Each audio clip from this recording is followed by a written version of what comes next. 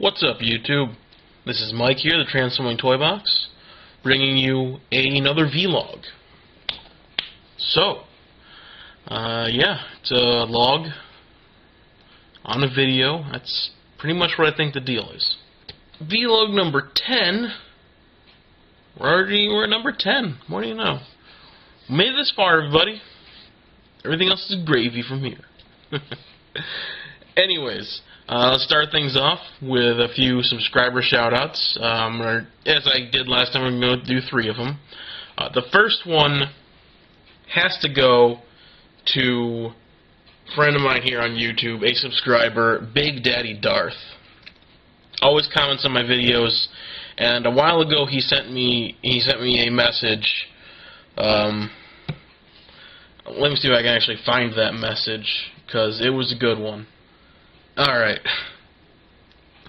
So he said to me, the basic gist of the message was, he said he always would comment on my videos whenever I did a movie figure, like Sentinel Prime or anything, that he just doesn't like movie-based figures. Respectable opinion. A lot of people don't like movie-based figures. It's perfectly understandable. But then he sends me a message saying, all of a sudden, he really likes the Hunt for the Decepticons Sea Spray, which is technically, and I say technically, a movie figure. Why technically? Because Hunt for the Decepticons was loosely movie connected. There were a lot of things in it that just didn't really work with the movie aesthetic. And he said, well, I have to eat my words. And I'm going to say to you, Big Daddy Darth Lord Vader, if I may call you, I'm going to say you shouldn't quite entirely eat your words, man. You shouldn't. Because Sea Spray, like a lot of other movie figures, more got co-opted into the movie line in order to move units. Take Bludgeon, for example. Revenge of the Fallen Bludgeon. That toy does not belong in the movie line. Not a chance, but it's in the movie line. Take Mind Wipe. Doesn't belong there. Sea Spray certainly doesn't belong there. What about Lockdown? Absolutely not. A lot of these toys do not belong in the movie line. So, while they're technically in the movie line, they still have more of a classics aesthetic to them. Not Lockdown, though. I don't know what Lockdown is. He's weird. But there you go. Next shout-out would, of course, have to go to my 44th subscriber. That's right, we're at 44 subscribers, people. My 44th subscriber is Mr. Vash104. Now, I've talked to you before in a few forums. I think, what was it, Toy Nova? I haven't been on that forum in forever. But I talked to him on that forum, so welcome to the Transforming Toy Box. I hope you enjoy your stay here, and that's all I have to say. Next up, the final shout-out of the night has to go to Damn You Hussies. As you know, sir, I've made a video for that contest, and he sent me a comment and he said, you know, send my address along and it'll hook me up with something. Please, I'm in the States, dude. You're in Australia. Shipping rates are balls. Don't worry about it, man. Trust me, making that video and the fact that it hasn't been taken down or flagged yet is reward enough. I'm leaving that as a featured video on my channel, and if any of you haven't seen it, I'd recommend checking it out, because I went a little bit wacky on that one. So, there's that, subscriber shoutouts. And I'd like to thank all 44 of you, and all that much more for those of you that do comment and watch my videos. Thank you guys very much, really appreciate it. Next up. Well, last time only one of you asked questions. That was Mantis. And I guess the rest of you decided that was a challenge. So you've really come out strong on the whole viewer questions part. So let's get that started. Mantis. We'll start things off with the Mantis 99s, just because that's the top on the comment section right here. So, it's no particular order. He has 2 questions. The first, if you found a suitcase full of money, would you keep it? No, I would not. Why would I not keep it? Well, you didn't ask why I wouldn't. BAM! No, but really I wouldn't keep it because you can keep track of those serial numbers and everything. And I've seen stuff like that go down. I'm not going to play that game. Suitcase full of money is not worth spending time in a federal prison. Not even close. Alright. 2. You received a grant to produce your own third-party toy. What do you make? That's a good question. When I saw that question, I was really scratching the old brain cells.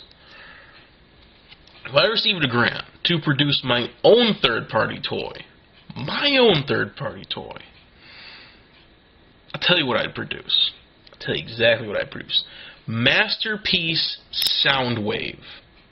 That's right. Have your minds exploded yet? If they have, go ahead, grab a paper towel, clean up the brain goop from your computer screen. That's right, Masterpiece Soundwave. And here's the thing. I've actually thought this out. Here's what we do. We get it around the same size, more or less, as Masterpiece Prime. Alright? Turns into a tape deck, everything. Great articulation and all that stuff. Simple transformation still, because, I mean, you don't have to have the world for a Soundwave figure, really. So tape deck, all that stuff, basically an upscaled G1 version with more articulation. Then, with the Masterpiece Soundwave, I make an entire slew of deluxe class sized cassettes. Yeah, that's right, deluxe sized cassettes. It comes with Rumble, Ravage, and Laserbeak, because those are the 3 that you saw in the first episode of Transformers. And the rest, I figure you could purchase in like a bonus pack or something. Or maybe a Japanese exclusive that goes for millions of dollars, something like that. I don't know. But that's it. That's the one. That's sort of my dream. Alright, moving on. Next up, we have JM Goofs Off. 3 questions. What was the hardest Transformer toy for you to find at a retail store? Well, I gotta go with recently. The hardest one for me to find at a retail store, tell you what was really, like, balls hard. I found Grimstone with the Dinobots, the Power Core set. Found, I think, one of them at a Walmart once. That's it. Only time I ever saw them at a retail store. I did buy them, but then I sold them because I wanted the money, I guess, more than I wanted the figures. I plan to rebuy them on eBay. They're actually going for pretty reasonable prices now, so another time. Next, at Catholic school, did you have to wear a uniform? Hells yes, you had to wear a uniform at Catholic school. Shirt and tie is what you had to wear, or else. You getting that? Or else. You would hear it. You would hear it.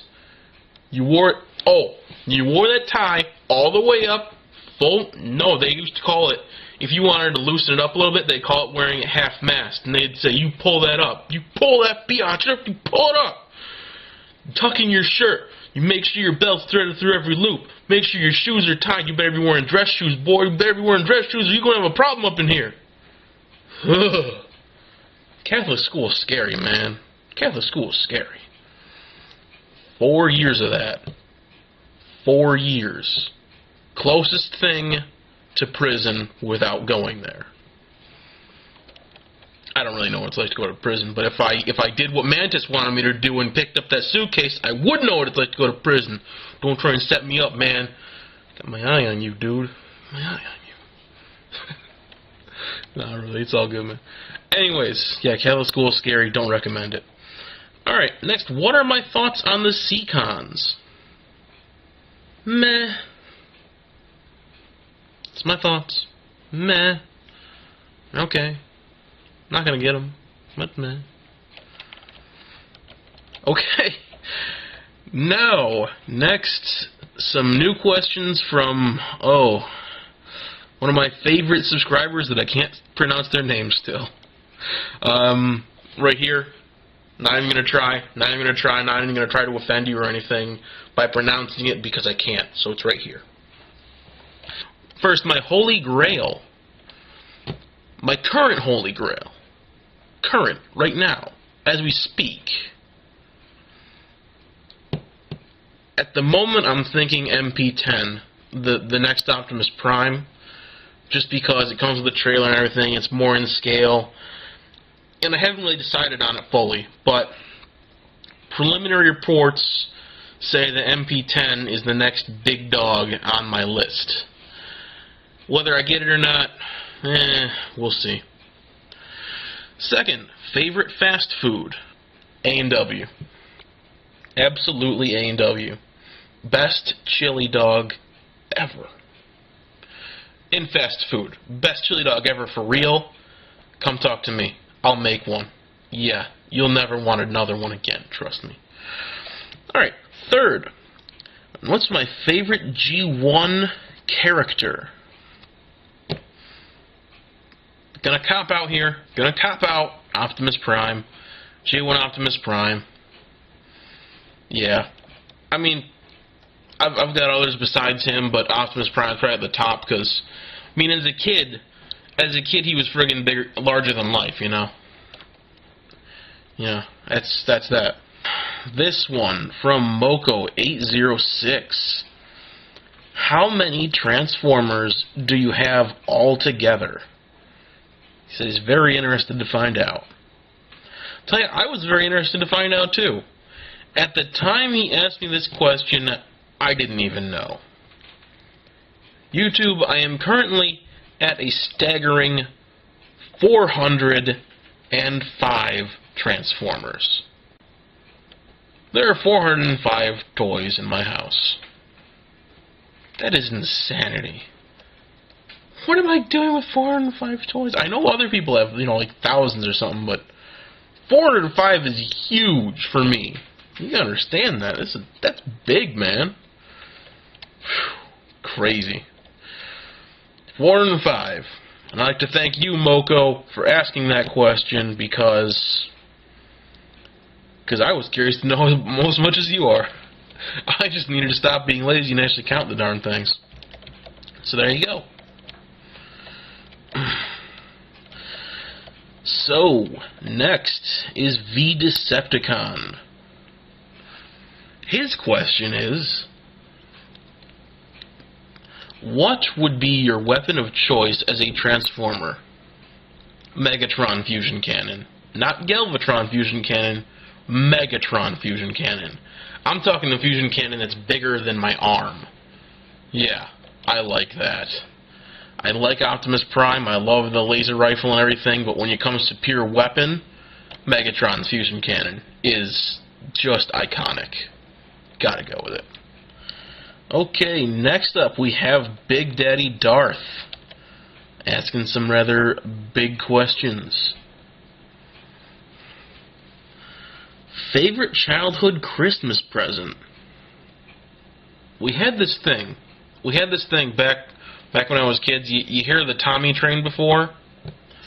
Well, back in the day, here I am talking like an old ass man or something, but back in the day, we had, like early 90s sort of area, we had the Tommy train, and it was the shit. Not even gonna mince words about it. It was the shit. It had like a train wash station, multiple stop and go points, railroad switches and everything, little cranes to move stuff around. You could cover your entire living room floor in a big house. We're talking just massive. And the Tommy train was what we had for Christmas one year. It was a present for me and my sister. but it was actually so big that we didn't mind sharing it, which is huge. If you've had a sibling that you've grown up with and you didn't mind sharing something with them, it had to be freaking epic. The Tommy train was awesome, and I've loved trains ever since. Which makes me think I really need to get an RID rail racer. Working on that one. Alright. Favorite non-cartoon TV show when you were growing up? This one wasn't as much when I was growing up, but there were reruns of it playing all the time. Favorite, as a kid, over the summer, I'd watch it all the time, MacGyver. Yeah, that's right, MacGyver. That is the stuff right there. You've got to watch MacGyver. If you don't know what MacGyver is, just ask. You know what MacGyver is, Big Daddy Darth. You'd have to. You must. It's MacGyver. Come on, guys. Alright, next. If a woodchuck could chuck wood, why is the answer always 7? Well, first of all, the answer is not always 7. It's just 7 in all dimensions of reality that have to do with cats. You know, cat people dimensions. Why is it always 7 when cats are involved? Cats are jerks. Simple enough. And that'll do it. Ending with one of the most bizarre questions and an answer I don't even know where I got it from. Now, after all those questions have been answered, I'd like to invite you again. Feel free to ask whatever you want. I am prepared to answer anything.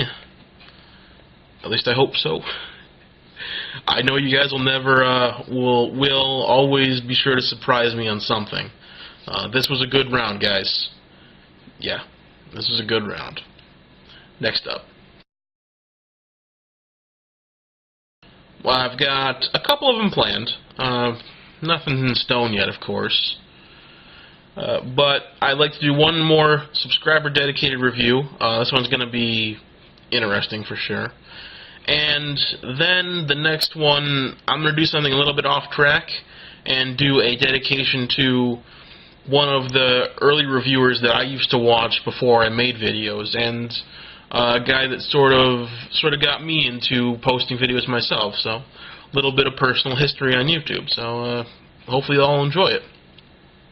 That's what I have planned for right now, and that all may happen, or it may not. Or something entirely different may happen. Only way to find out is if you stay tuned, right? Or you could be psychic. That'd be cool. Nice. Anyways, guys, thank you again, all subscribers. Remember, please ask whatever questions you may or may not have. If you don't have questions and you do ask them, that would be cool too. I don't even know where I'm going. Clearly I'm getting tired tonight, and it's time for me to go. Later, guys.